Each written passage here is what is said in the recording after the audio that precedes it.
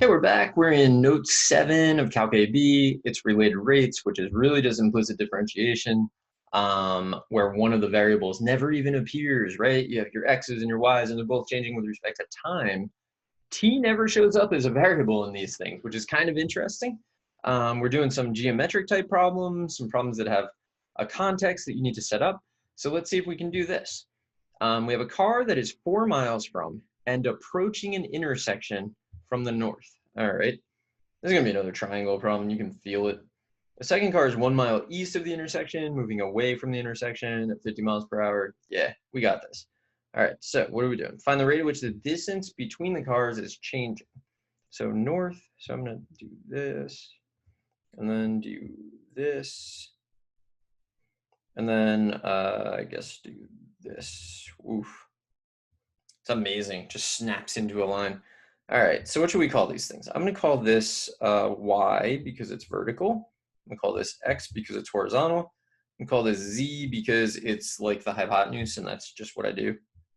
All right, we need to think about things. So at the time we are interested in, the first car, the car that is north of the intersection, is 4 miles. So I want Y to equal 4.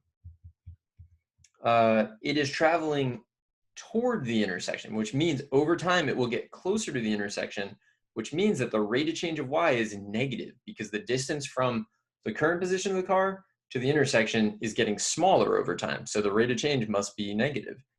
So we know dy dt is negative 35 miles per hour. I don't usually write the units on that. What else do we know? The second car is 1 mile to the east.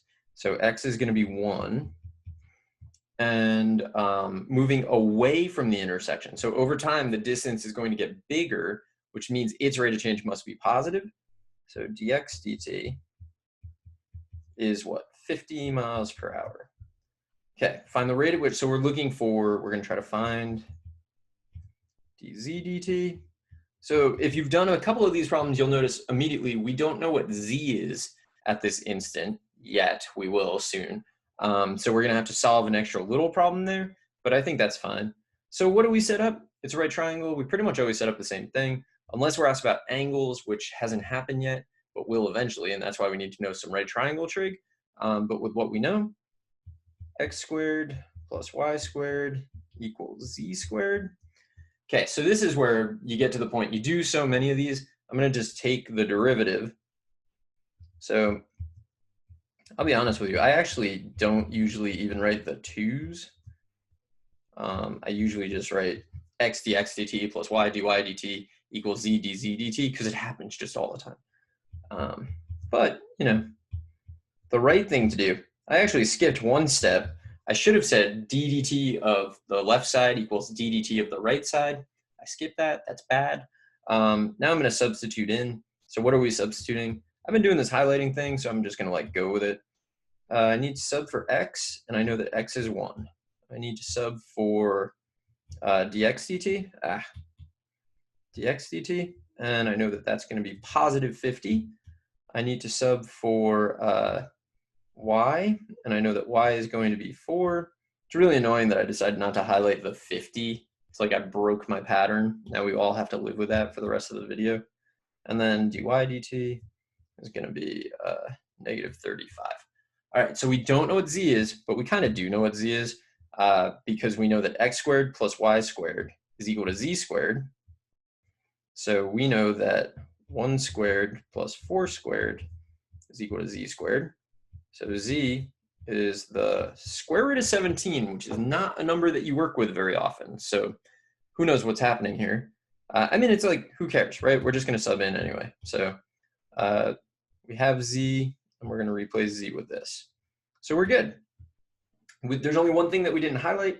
Oh, look at that. I forgot the 2 here. Whew, good catch, whoever was catching that.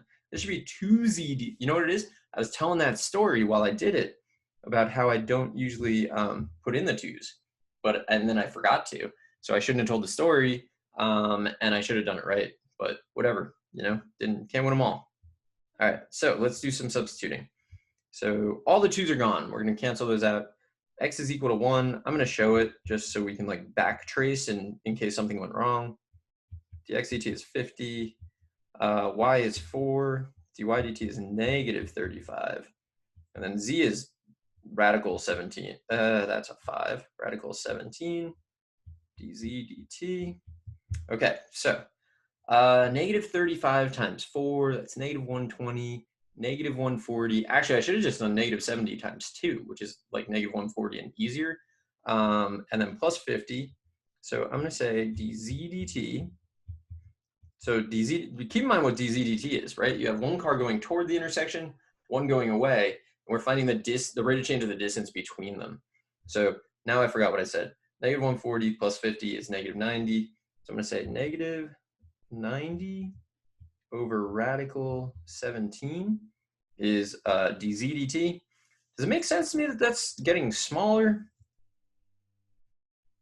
I don't really know. I mean, like intuitively, it doesn't really make sense to me that it's getting smaller, but like things are a little weird when you're doing these problems. So like, as long as I substitute the right things, y is negative.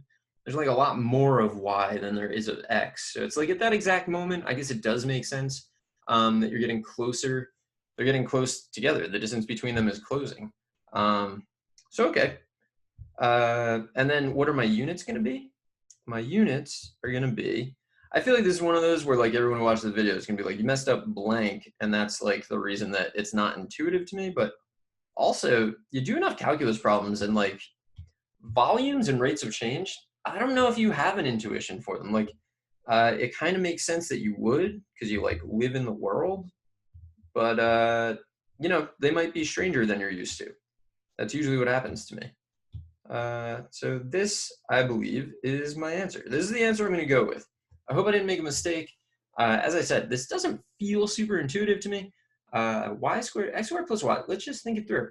Dx dt, definitely negative 35, right?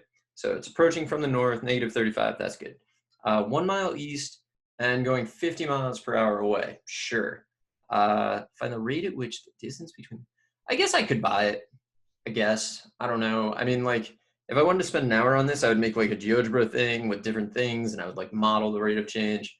I don't really want to spend an hour on this particular problem, so I'm not going to do that. But anyway, let me know what you think. I think it's right. I think it's also not very intuitive, but also it doesn't need to be intuitive. It just needs to actually be right. So hope I got it right. So I'll see you in the next video when we will do more of these. So hope you're finding some of this helpful.